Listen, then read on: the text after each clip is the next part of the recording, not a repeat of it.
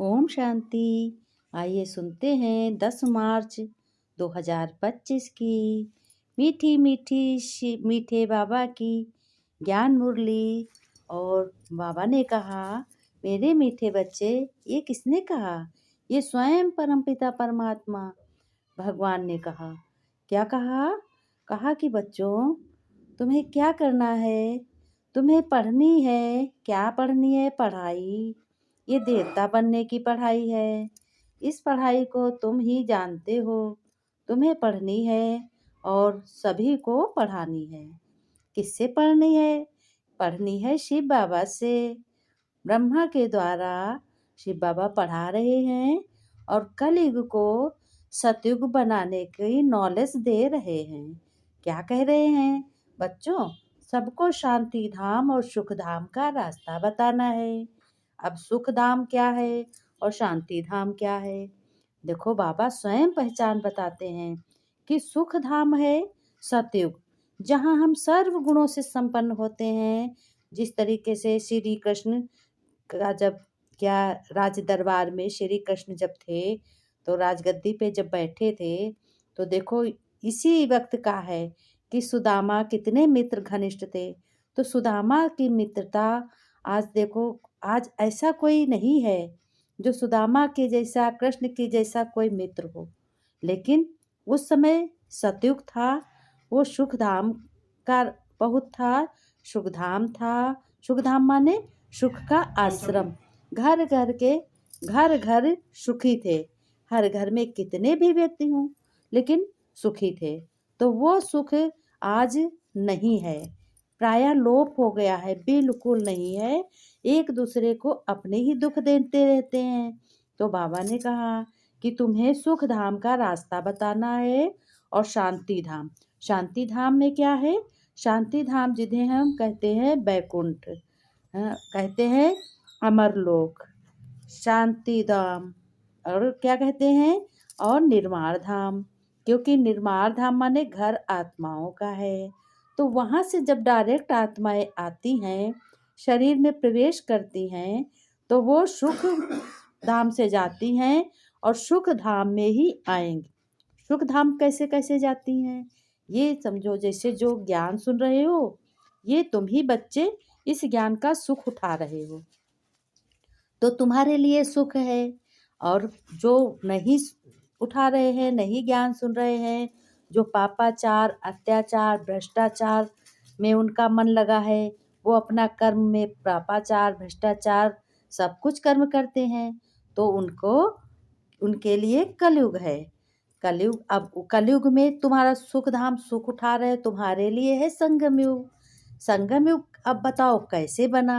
बाबा ने कहा, अब संगम युग बाबा बता रहे हैं कि संगम युग एक ऐसा युग है जिसमें हम अपनी हर क्रिया को सफलता करते हैं, हर कर्म को सफल करते हैं और सफल करके हम प्राप्त करते हैं। जब सफल करते हैं तो हर कर्म हमारा सुखदाई बन जाता है। एक ना एक को, सभी को सुख का रास्ता काम बताते हैं, सुख देते हैं।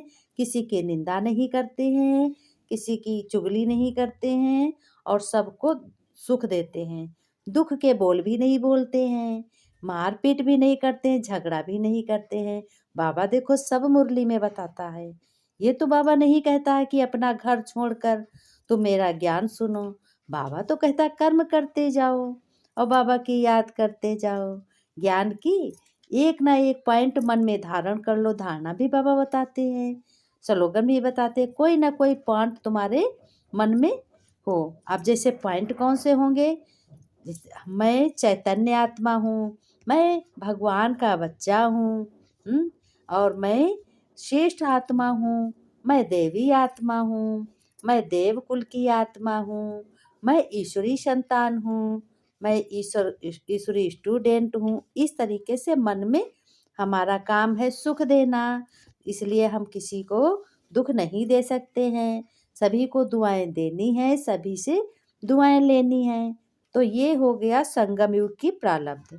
जब हम संगम युग पे अपने हर संकल्प श्रेष्ठ करेंगे, तो हमारा क्या है? सुखधाम बन जाएगा घर। जब घर में जो हम कहते हैं अच्छे संकल्प करेंगे, तो संकल्प का वाइब्रेशन सारे घर में, शक्ति की वाइब्रेशन सारे घर में फैलती है। तो सारे घर में फैल करके सभी को शक्तिशाली बनाती है और विकारी से निर्विकारी बनाती है। यानी कोई भी विकार मनुष्यों में नहीं रह जाता है। तो उन लोगों के लिए संगम युग है। तो संगम युग पर ही हमें अच्छे कर्म करके हम अपने अगले जन्म की तैयारी करते हैं। अब इस तैयारी से कितना फ़ायदा होता है कि वर्तमान में हमें खुशी भी होती है, और वर्तमान में हमें खुशी होती है, हमारा समय भी व्यर्थ नहीं जाता है और हमारा कर्म भी बहुत अच्छे से हो जाता है। एक दूसरे को नॉलेज हम आपस में देते हैं। तो इसके प्रारब्ध हमें, ये तो हमारा जन्म ये हो गया ईश्वरीय जन्म।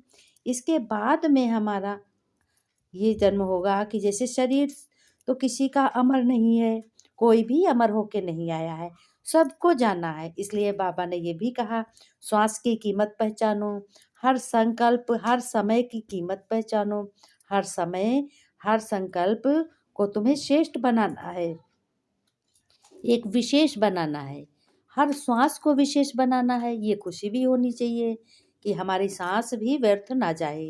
कहते हैं राम राम रटते रटते अगर दम निकल जाए तो जानो बैकुंठ मिल जाए। अब बैकुंठ तो वही है जिसको हम शांति धाम कहते हैं, और बैकुंठ से जाएंगे तो बैकुंठ से हम कहाँ आएंगे? सतयुग में आएंगे। तो बाबा ने कहा सुख धाम और शांति धाम का तुम्हें रास्ता भी बताना है। फिर बाबा देखो क्या कह रहे हैं कि बच्चों, धारणा बगैर, धारणा तो तुम्हें धारण करनी है।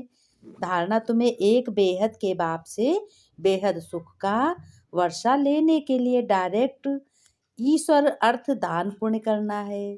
बेहद का बाप है, भगवान है, वो अथाह सुख देता है, बेहद का देता। तो भगवान स्वयं कहते हैं कि बच्चों, लेने के लिए तुम्हें डायरेक्ट ईश्वर अर्थ दान पुण्य करना है।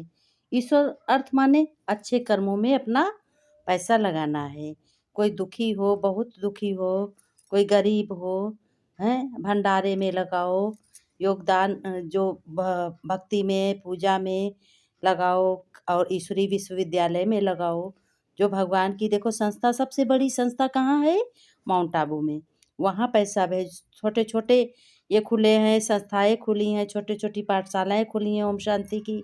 जो कुछ भी बाबा तो कहता है 1 रुपया तो 1 करोड़ 100 गुना मिलता है बच्चों को।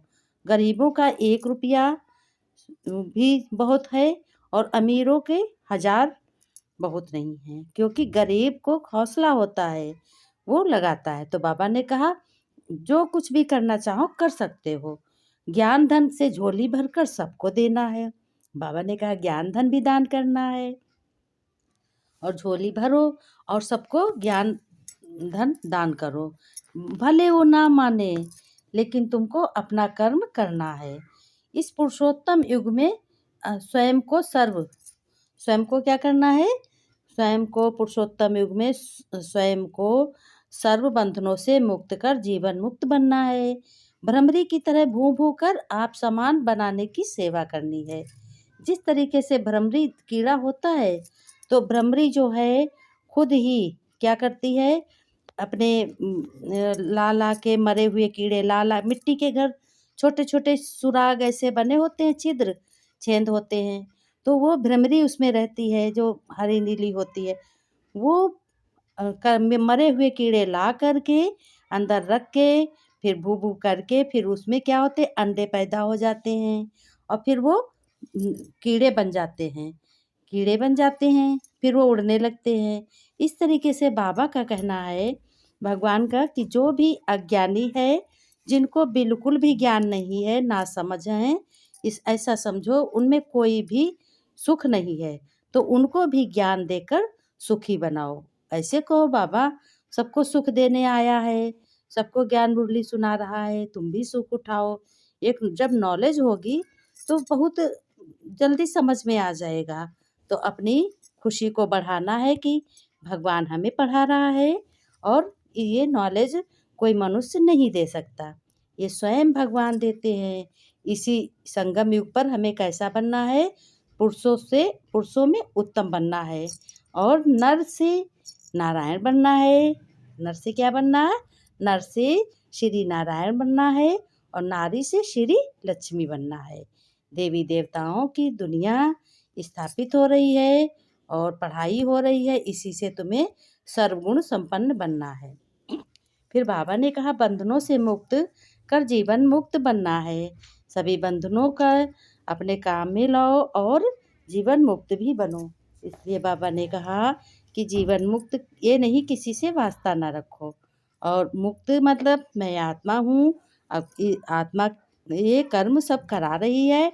आत्मा से हमारा सभी से संबंध है ना। और शरीर से संबंध सोचोगे तो तुम्हें बंधन होगा। आत्मा से आत्मा का संबंध सोचो। भ्रमरी की तरह भू भू कर समान बनना है और बंधनों से मुक्त होकर रहना है। बाबा ने कहा तुम ही बच्चे श्रेष्ठ बन सकते हो और तो मनुष्य बन ना सके। बाबा ने कहा वरदान भरते रहो, झोली भरो, हंसा हमेशा झोली भरते रहो। कोई भी दुख ना हो, परेशानी ना हो, सबको सुख दो, सुख लो और सभी दुखियों की बातें सुनो और सुन करके कहो कि हाँ बाबा मेरा कल्याण करेगा, क्योंकि वो कल्याणकारी है।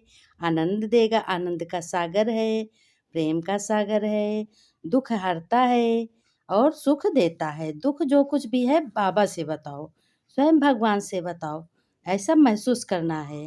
बाबा ने कहा सर्व प्राप्तियों के अनुभव द्वारा पावरफुल बनने वाले सदा सफलता मूर्त भव। पावरफुल कौन होगा? पावरफुल अब बाबा ने कहा पावरफुल तुम ही बच्चे बन सकते हो, क्योंकि तुम्हारा ईश्वरी संबंध है, तुम ईश्वरी संतान हो। तुम्हारी चाल चलन भी ईश्वरीय है। तुम्हारी जो बाबा की बातें हैं और समझानी है वो सब तुम यूज़ करते हो, श्रेष्ठ बनते हो। स्वयं भगवान ने कहा ऐसे समझो अपने को। रोज का रोज तुम्हें ये सोचना है कि बाबा, शिव बाबा, हे महादेव बाबा, आपने मुझे एक और नया पवित्र और शुभ दिन दिया है। हर दिन ये तुम्हें सोचना है। इसके लिए मैं हृदय से तुम्हारा आभार व्यक्त करती हूँ या आभार व्यक्त करता हूँ। आज से बाबा मुझे आपने नया जीवन दिया है, नया पवित्र दिन दिया है, तो मैं आपकी आभारी हूँ या आपका आभारी हूँ। आज का हर एक समय का, हर दिन का, हर क्षण आपकी शक्ति बाबा अपार है और शांति। बाबा ने कहा रोज तुम कहो, क्योंकि हर दिन मूल्य है, हर समय, हर श्वास मूल्य है, हाँ बहुत कीमती है। ऐसे बोलो आपकी शक्ति बाबा शांति और स्नेह से भरपूर रहेगा। हमारा हर एक क्षण, हर एक कदम, हर एक सेकंड और हर एक सांस, जो कुछ भी होगा बाबा वह मेरे आत्मिक उत्पन्न से उत्पन्न होगा। इसलिए होगा। धन्यवाद बाबा। मैं एक शक्तिशाली आत्मा हूँ बाबा, शांत हूँ, आनंदमयी हूँ, आत्मा हूँ। आज मैं बाबा हर परिस्थिति में ईश्वरीय शक्ति को अनुभव करूँगी और बाबा मेरा हर कार्य शुभ और कल्याणकारी होगा। इस तरीके से अपने मन में हर रोज उठो और महादेव शिव बाबा से बातें करो। ओम शांति। अगले वीडियो में मिलेंगे। प्यारे प्यारे भाई और बहनों, प्यार भरी ओम शांति। कल फिर मिलेंगे, अगले वीडियो में मिलेंगे। ओम शांति।